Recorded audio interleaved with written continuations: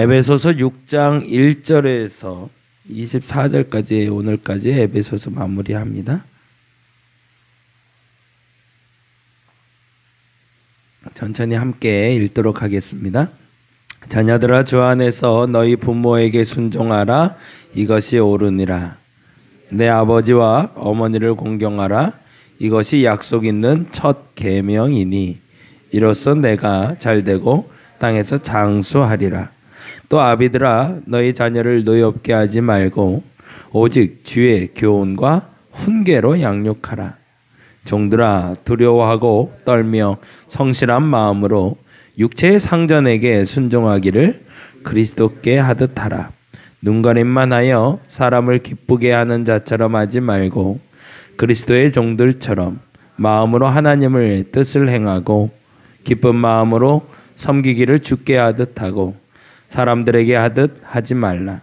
이는 각 사람이 무슨 선을 행하든지 종이나 자유인이나 주께로부터 그대로 받을 줄을 알미라. 상전들아, 너희도 그들에게 이와 같이 하고 위협을 그치라. 이는 그들과 너희의 상전이 하늘에 계시고 그에게는 사람을 외모로 취하는 일이 없는 줄 너희가 알미라. 끝으로 너희가 주 안에서와 그 힘의 능력으로 강건하여 지고 마귀의 간계를 능히 대적하기 위하여 하나님의 전신갑주를 입으라. 우리의 씨름은 혈과 육을 상대하는 것이 아니요 통치자들과 권세들과 이 어둠의 세상 주관자들과 하늘에 있는 악의 영들을 상대함이라. 그러므로 하나님의 전신갑주를 취하라. 이는 악한 날에 너희가 능히 대적하고 모든 일을 행한 후에 서기 위함이라. 그런즉 서서 진리로 너희 허리띠를 띠고 의의 호심경을 붙이고 평안의 복음에 준비한 것으로 신을 신고 모든 것 위에 믿음의 방패를 가지고 이로써 능히 악한 자의 모든 불화살을 소멸하고 구원의 투구와 성령의 검 곧 하나님의 말씀을 가지라. 모든 기도와 간구를 하되 항상 성령 안에서 기도하고 이를 위하여 깨어 구하기를 항상 힘쓰며 여러 성도들을 위하여 구하라. 또 나를 위하여 구할 것은 내게 말씀을 주사 나로 입을 열어 복음의 비밀을 담대히 알리게 하옵소서 할 것이니 이 일을 위하여 내가 쇠사슬에 매인 사신이 된 것은 나로 이 일에 당연히 할 말을 담대히 하게 하려 하심이라. 나의 사정 곧 내가 무엇을 하든지 너희에게도 알리려 하노니 사랑을 받은 형제여, 주 안에서 진실한 일꾼인 두기고가 모든 일을 너희에게 알리리라. 우리 사정을 알리고 또 너희 마음을 위로하기 위하여 내가 특별히 너에게 보내었노라. 아버지 하나님과 주 예수 그리스도께로부터 평안과 믿음을 겸한 사랑이 형제들에게 있을지어다. 우리 주 예수 그리스도를 변함없이 사랑하는 모든 자에게 내가 있을지어다. 아멘. 아멘. 어제 말씀드린 대로 5장 21절까지가 사실은 한 단락이고요. 5장 22절부터 6장 9절까지가 한 단락이고 6장 10절부터 24절까지가 한 단락이 됩니다.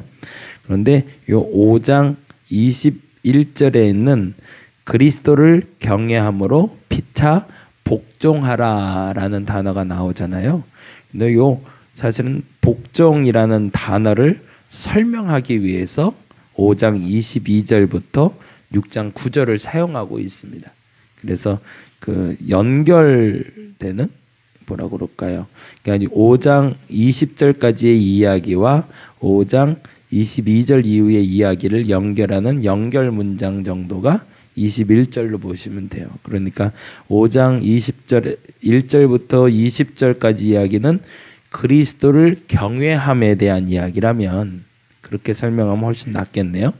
5장 1절에서 20절까지는 그리스도를 경외함, 그것을 하나님 앞에 어떻게 드러내고 그리스도를 경외함이 너희들의 삶에 어떻게 나타나야 되는지에 대해서 설명하는 것이라면 21절 이후에 있는 22절부터 6장 9절까지는 피차 복종한다는 것이 무엇인지. 근데 여기서 굉장히 중요한 단어가 우리가 놓치는 게 뭐냐면 복종이라는 단어 앞에 있는 피차라는 단어입니다. 복종이라고 얘기하면 이 복종은 꼭 상급자에게 하급자가 하는 것을 복종이라고 얘기해요. 근데 사도 바울은 분명히 밝히고 있는 건 피차라는 단어를 써요. 그걸 우리말로 조금 더 쉬운 표현을 하면 서로, 상관은 상관대로, 하급자는 하급자대로. 그러니까 여기 표현대로 하면 아내는 아내대로, 남편은 남편대로. 그러니까 5장 22절에서 나타나는 33절까지 이야기가 되는 거죠. 그래서 잘 보시면 알지만 5장 22절에서 33절까지 아내들아, 남편들아 라고 얘기하면서 서로가 서로에게 해야 될 의무와 권리를 말해주고 있습니다. 그리고요 6장 1절에서 4절까지도 보면 자녀는 자녀답게, 아비는 아비답게 행해야 될 권리와 의무가 있다라고 표현하고 있고요. 이게 피차 복종하라는 거죠, 계속. 그리고 5절부터 9절까지도 종과 상전이라고 얘기하면서 종은 상전에게 복종하는 것이 당연하고 상전도라고 얘기하면서 상전 또한 해야 될 의무와 권리가 있다라는 것을 이야기하고 있습니다. 그런데 이 모든 것이 어제도 말씀드린 것처럼 32절에 걸려요. 그게 35장 32절 읽어봅니다. 이 비밀이 크도다. 나는 그리스도와 교회에 대해서 하는 말이다. 이 부부관계를 얘기하는 이유도, 종과 상전에 대해서 이야기하는 이유도, 부모와 자녀 가운데 일어나는 일에 대해서 말하는 이유도 이것을 비유로 해서, 이걸 예로 해서 교회를 말하려고 하는 게 내 목적이다. 그건 달리 말하자면 너희가 교회에 대해서 이해를 해야 되는데, 왜냐하면 교회가 이미 2000년 흐른 거다. 아니면 우리나라처럼 교회가 이식돼서 100여 년이 흐른 것도 아니고 불과 20년도 안 됐기 때문에 그 공동체가 아직도 물렁물렁하거든요. 규율이라는 것도 없고 규칙이라는 것도 없고 원칙이라는 것도 없으니 그 원칙을 지금 세워가야 되는데, 이 원칙을 세워가기 위한 기준을 너희가 머릿속에 넣어놔야 되는데 너희가 생각하기에 가장 쉬운 원칙으로 생각해 보라는 겁니다. 만일에 결혼한 부부라면 결혼한 부부가 살아가는 모습을 너희가 아니까 그 모습 속에서 교회의 모습이 어떠한지를 판단하라는 얘기고요. 만일 결혼하진 않는다 할지라도, 혼자라 할지라도 부모는 있지 않냐? 그리고 넌 자녀 아니냐?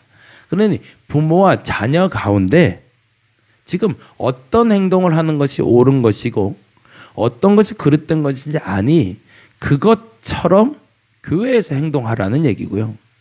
그도 아니면 직장 생활을 하든 사회 생활을 할 테니 그 사회 생활을 통해서 상전을 모실 것이 아니냐. 그리고 너도 상전이 된 때도 있지 않냐. 그러니 그 상전은 상전답게, 종은 종답게 하는 것처럼 교회에서도 그렇게 행해야 된다라는 예로 지금 설명하고 있는 겁니다. 그러니까 사도 바울 입장에서는 최대한 근접거리에서 우리의 삶의 환경 속에서 경험할 수 있는 아주 작은 지침을 통해 원칙을 세우고 싶은 거죠. 이게 사실은 오늘 하고 싶은 얘기의 요지는 거기에 있습니다.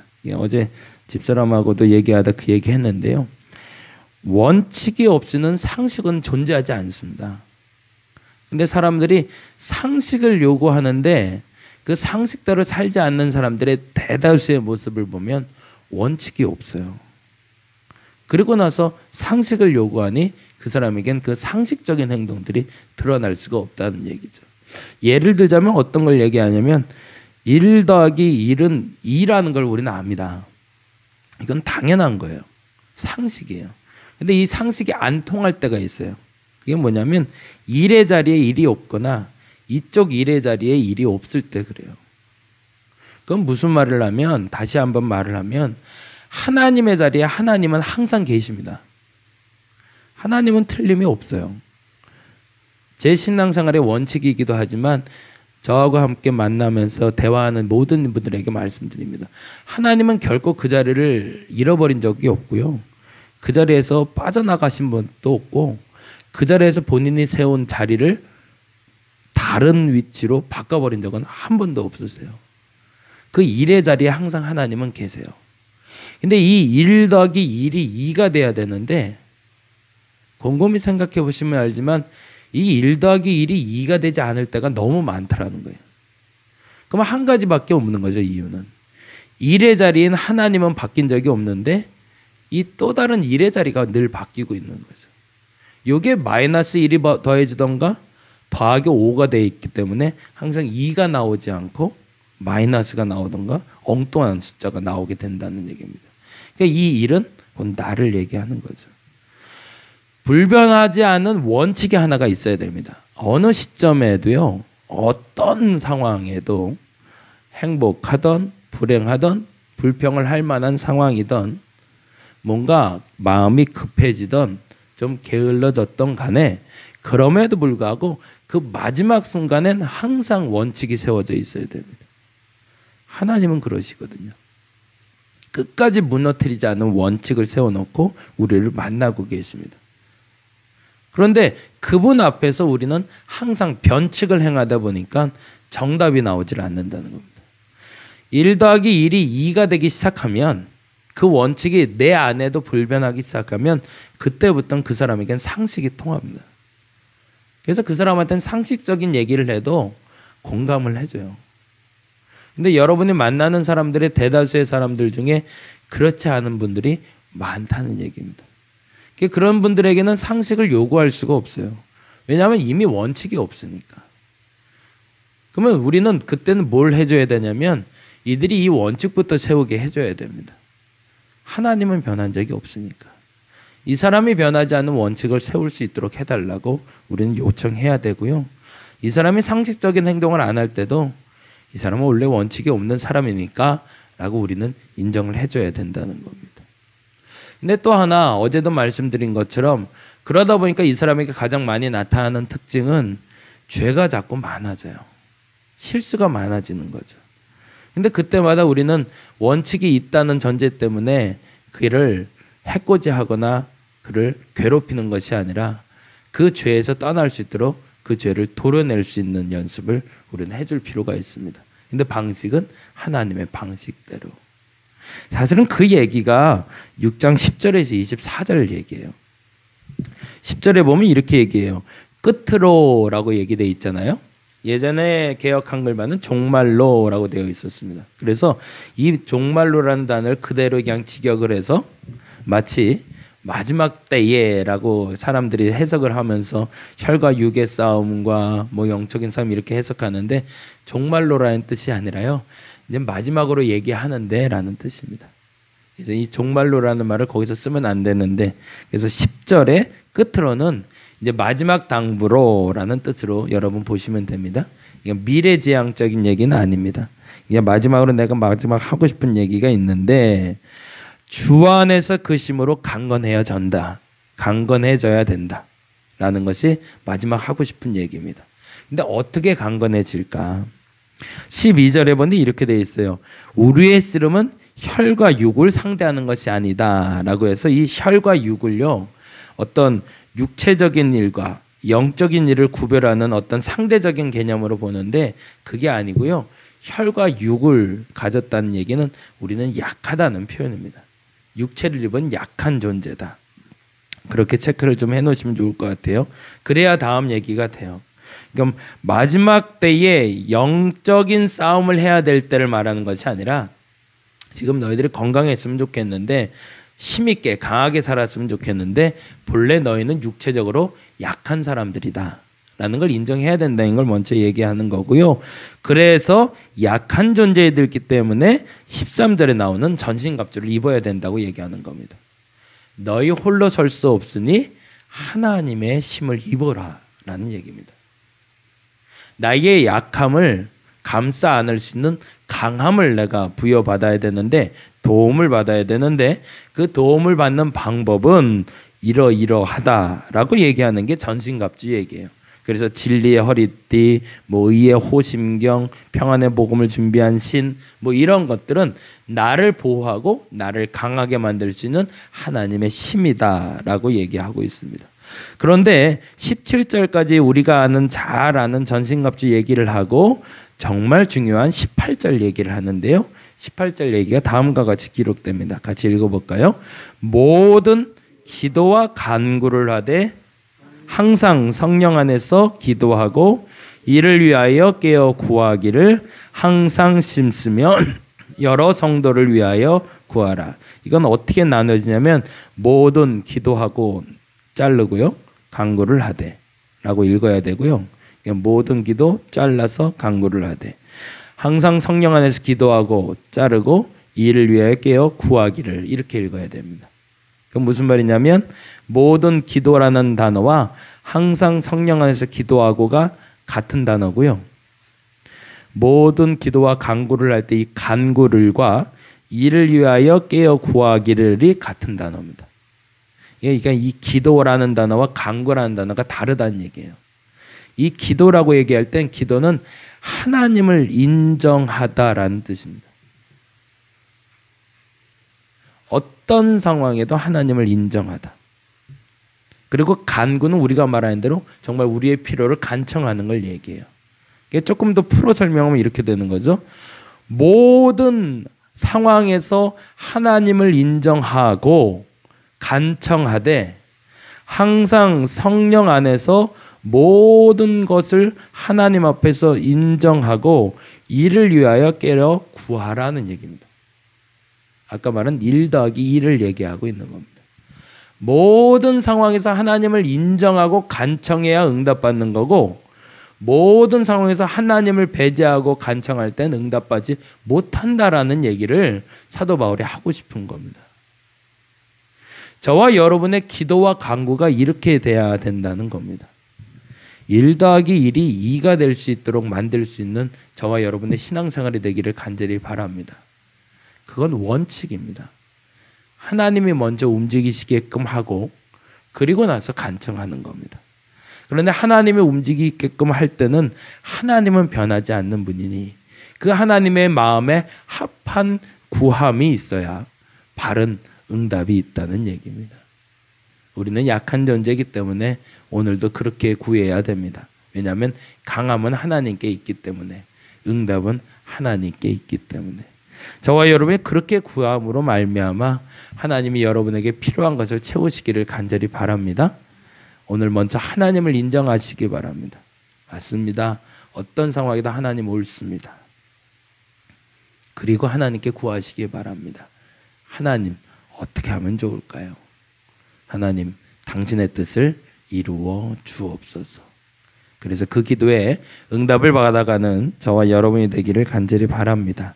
기도하겠습니다. 원칙에 벗어난 상식은 존재하지 않습니다. 기초를 세우고 그 다음에 상식이 통하는 겁니다. 하나님은 변한 적이 없습니다. 근데 항상 내가 변합니다. 변하지 않는 나를 만들어가게 하여 주옵시고 그 어느 순간에 항상 변하지 않는 내가 바로 섰을 때 하나님께 구하게 하소서. 그때부터는 상식이 통할 겁니다. 저들의 간구가 저들의 필요를 채우기 위한 목적이 아니라 하나님의 뜻을 이루기 위한 목적이 되게 하여 주시옵소서. 감사합니다. 고마우신 예수님 이름으로 기도드렸습니다. 다 같이 기도하고 돌아가도록 하겠습니다.